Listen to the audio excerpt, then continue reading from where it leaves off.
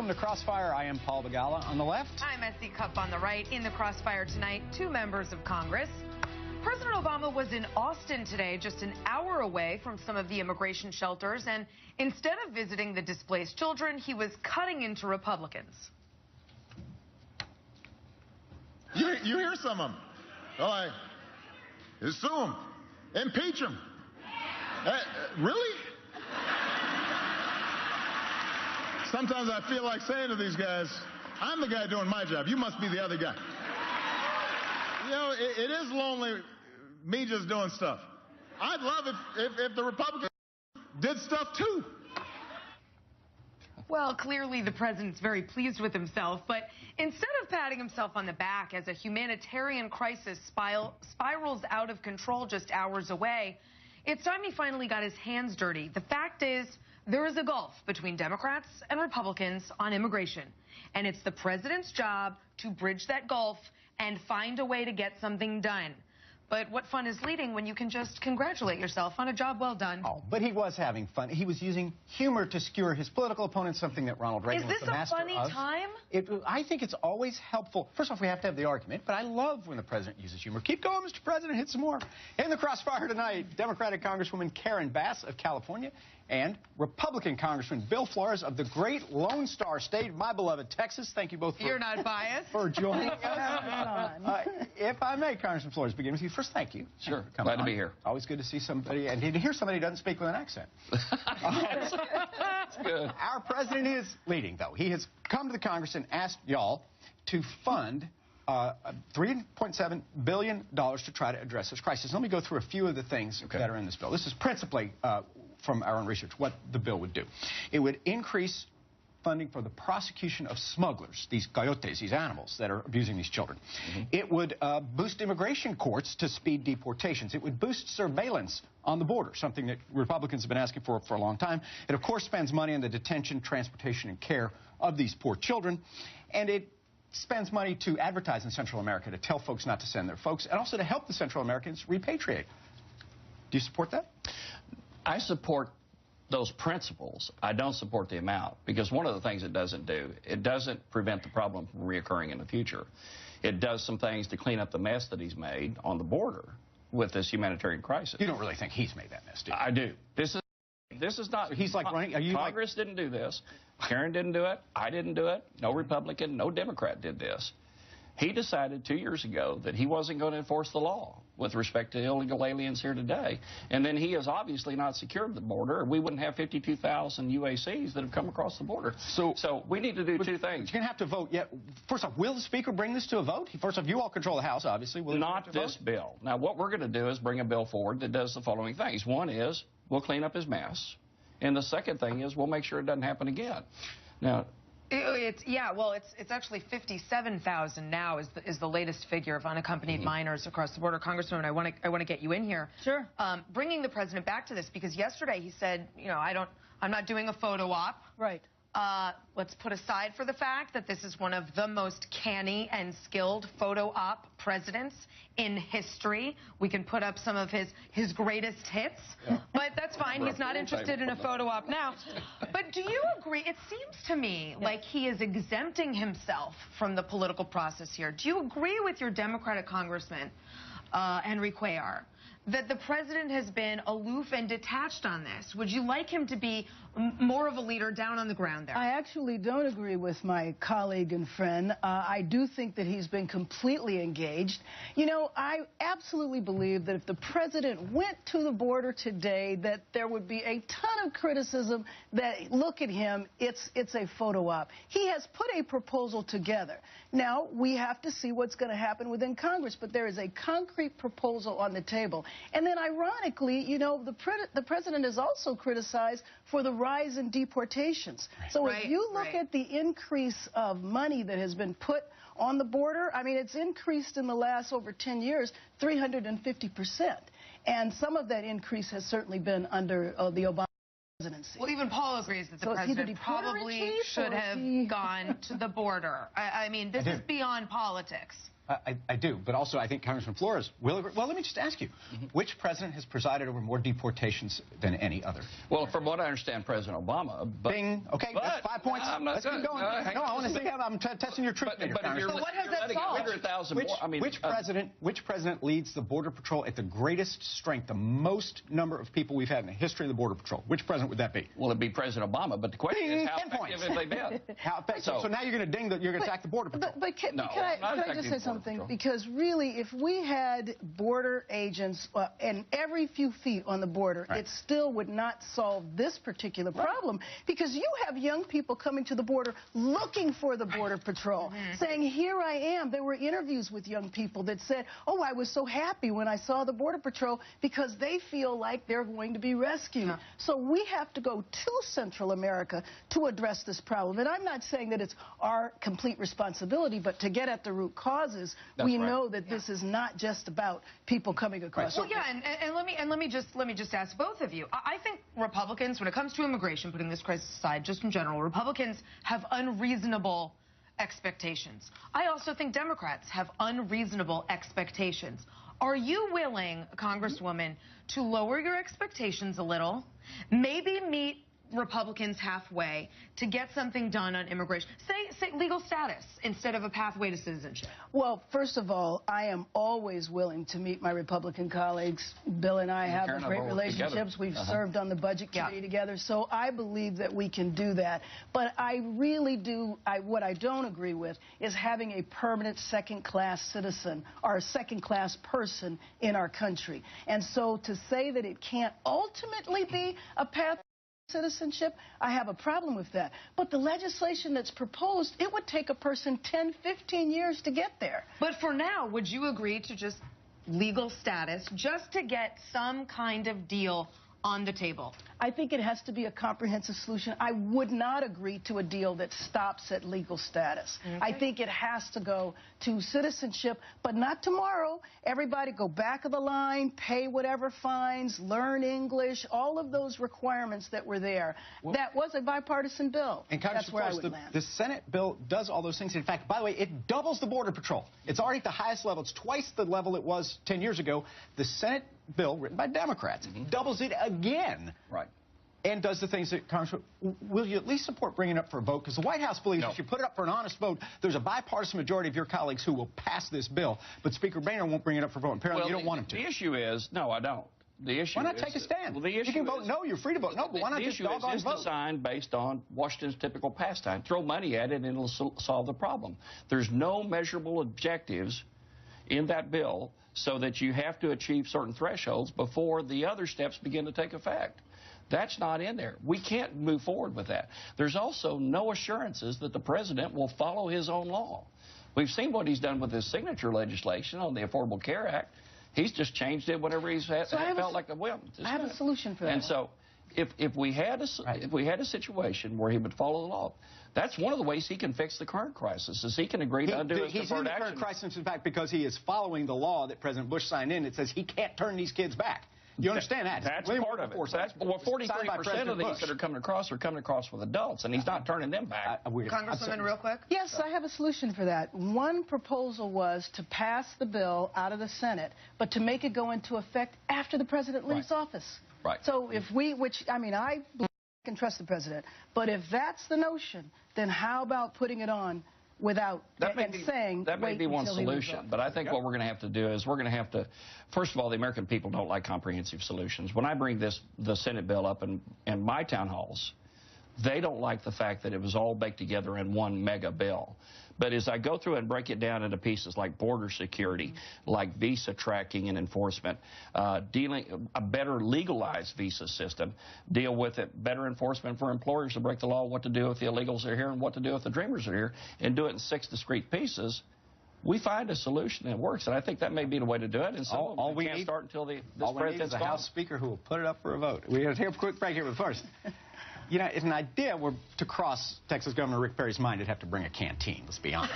And yet, that Texas governor claims he's got one under that head of salon quality hair. Next, I will ask Congressman Flores about Rick Perry's big idea. But first, Crossfire, here's the answer to our Crossfire quiz. The Texas border with Mexico, 1,241 miles long. And as Congressman Flores pointed out when we were at the break, 2/3 of the entire U.S.-Mexican border in our beloved state of Texas. That's exactly right. Okay, so let's talk about your governor. My old pal, Rick Perry. He has been spreading a conspiracy theory that he is a brother Aggie with Mr. Flores, so if you meet Mr. Perry, use small words, please. Oh, man. Perry's theory is somehow that our president, sounds personal, America's president, is behind this humanitarian crisis at the border. And today, this morning on New Day, CNN's Kate Baldwin called him on it. Do you really honestly believe, as you said in that interview last month, that the administration might be in on this somehow? I mean, you're suggesting there's some kind of conspiracy here. No, what I'm suggesting is that this administration and their words and their actions, or the lack thereof, are part of the problem. I think you're putting the words of conspiracy in my mouth, which I did not say. No, you actually did say the word, I hate to be conspiratorial, but I mean, how do you move that many people from Central America? And I hate to be conspiratorial. To quote the governor, oops. It is painful to see a belly flop on national television. Texas Congressman Bill Flores is with us, and California Congresswoman Bass. They are in the crossfire tonight. Okay, so, Congressman, I have been very rough on our president for not going to the border. I think the critics, largely in your party, have been right. He should go there and see for himself. Can you be equally candid about your governor? These conspiracy theories are nutty. He even suggested that somehow Syrian terrorists are coming across that border.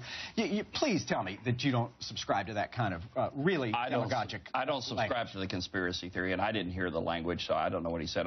I do know that some of the things that Governor Perry said were exactly on point. Number one is send the National Guard. Now, the Governor Perry can call it the National Guard, but the federal government provides the money.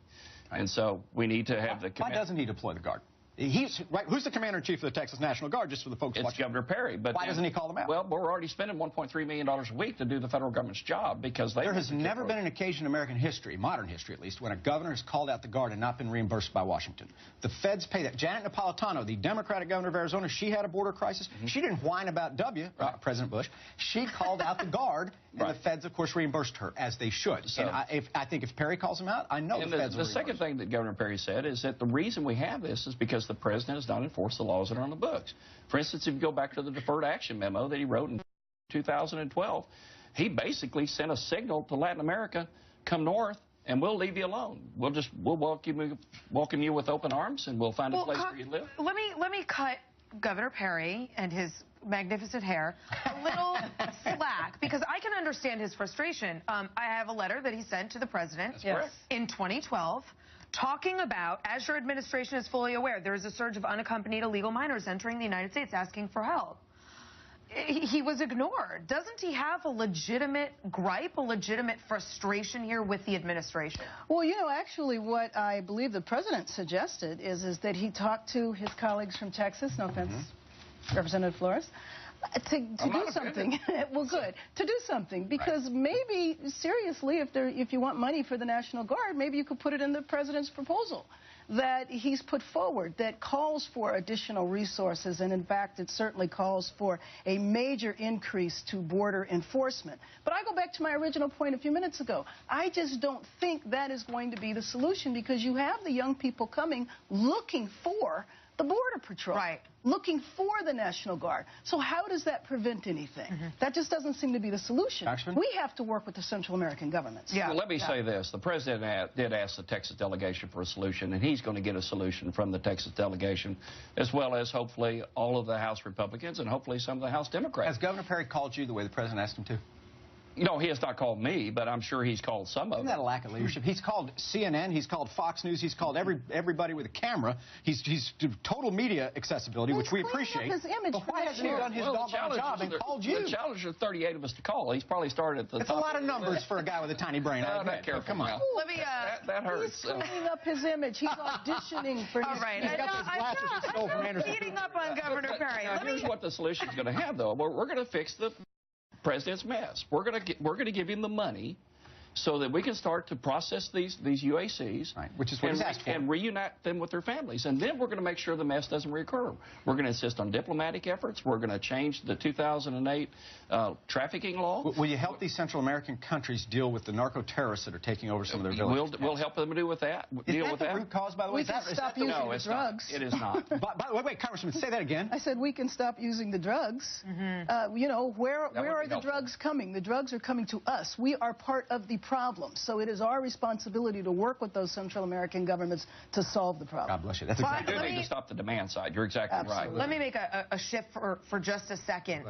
One of my boss, Glenn Beck, who also lives in Texas now, that's right, surprised a lot of people by coming out this week and saying that conservatives need to be more compassionate on this issue. Take a listen. The best way to secure our borders and make America a safe place is to make it accessible to all those fleeing poverty and oppression and violence. Anybody who's in search for a better life. Now, Glenn is doing some fundraising in Texas to get supplies to these kids.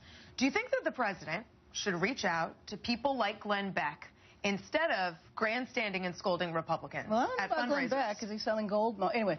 No, he's raising money to get supplies to these kids. Yes, and you know what, and I think that's absolutely legitimate. I have to tell you, you know, I do a lot of work in the child welfare system, and I'm worried about some of these children, you know that, some of these children winding up in our foster care system. And I do think that we really need to look at this from a compassionate point of view. So although I don't agree with Glenn Beck about most things, I certainly do with that. We need to come from a compassionate point of view. The idea of a 5-, 6-, 7-year-old child making their way across the border is really a tragedy. Well, he's getting some flack from conservatives for this. Glenn Beck? Well, yes, I don't know that we need to be the world's orphanage by any stretch of the imagination. I think what we need to do is to have an immigration system where legal immigration is easier. Right. And so that we don't have incentivize legal. Exactly. If we build the legal immigration system better, then they come here and they get in. We'll have a whole lot less illegal immigration. Right. Now, you know what? One thing that we often forget is that about 40% of the people who are here illegally didn't cross the border. That's exactly right. They came over here and overstayed their visas. Right. So, comprehensive? That's the second part I talked about. All right, well, stay here. We want you at home to weigh in on today's Fireback question. Should the president deploy additional National Guard troops to the border? Tweet yes or no using hashtag Crossfire. We'll have the results after the break. We also have the outrage of the day, and I'm outraged and disappointed by J. Crew, one of my favorite clothing stores. Welcome back to Crossfire. Now it's time for the outrage of the day. Famed J. Crew creative director Jenna Lyons is known as a marketing and branding genius who dresses America's most fashion-forward women, including Michelle Obama. She even made an appearance on the ultra-hip HBO series Girls last season. But she should have talked to her real woman friend, Lena Dunham, and the First Lady of Healthy Kids before she allowed J. Crew to unveil a new size, 000. Ouch. Offering a 000 sends a truly terrible message, especially for impressionable girls who think that thin is in. And I doubt that's a message Michelle or Lena support, and so J. Crew should neither. Paul, what do you think? Well, as the father of 4 teenage boys, I can tell you this, girls. Guys want real women. They don't want a 000. They want a real woman. So I'm with you on this. You know, J. Crew says they are responding to their demand among mostly Asian customers, but those sizes are offered online as well. And what do you guys think? I mean, I think it's very frightening, especially to a teenage girl. Those are things that contribute to eating disorders and makes teenagers who already feel insecure feel extra insecure. Yeah, and just doesn't it have an ick factor? It does. I'm going to vote with my pocketbook. I've got 2 granddaughters, and they're never going to J. Crew on Papa Chili's $1, that's for sure. So. Good for you. Well, Papa Chili, huh? Let's check on our Fireback results. Here was the question again. Should the president deploy additional National Guard troops to the border? Right now, 68% of you say yes. 32% say no. Congressman Flores, it sounds like they like your idea. They're lined up with me. That's right. On the National and Guard. the Texas delegation is going to provide the governor could do it today. He can, but y'all will vote the money, won't you? He's not assured of payment. We're going to come up with some money for this. So maybe you call him. Maybe, fine. I've got a cell number. That's the solution. I think you both should call him. but I want to say something. I know that there are members of your caucus, there's Republicans that would like to see an immigration bill come forward. Right. And I would really like to see that before the year is out. I believe that Representative Diaz-Balart had wanted to put a bill forward. So maybe that's something that could be put back on the table as we go back in and decide what we're going to do with the president. If you can't do it during a crisis like this, I'm not sure what would be the impetus. Well, I'm sorry, Congressman, we're going to have to. First, I want to thank you, though. Congressman Flores from Texas, thank you for joining us. Congresswoman Bass of California, thank you so much. The debate continues online at CNN.com/Crossfire, as well as on the Facebook and the Twitters. From the left, I'm Begala. From the right, I'm S.E. Cupp. Join us next time for another edition of Crossfire. Aaron Burnett out front starts right now.